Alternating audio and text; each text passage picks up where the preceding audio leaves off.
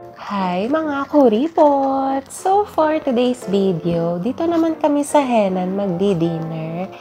Sa may Seabreeze Cafe kami pumunta. Ang nakita kasi naming Henan dito ay dalawa. Pero dito namin napili para mas maraming seafood. Meron ngang section dito na ikaw yung mamimili ng pasta mo at lulutuin din sa harap mo. Maraming variety ng mga pagkain dito kasi buffet siya at unlimited na.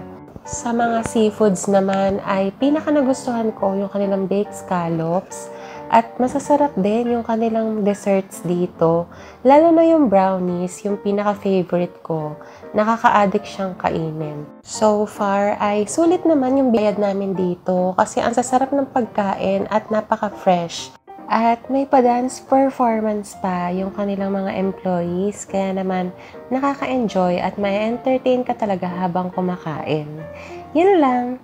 Follow for more!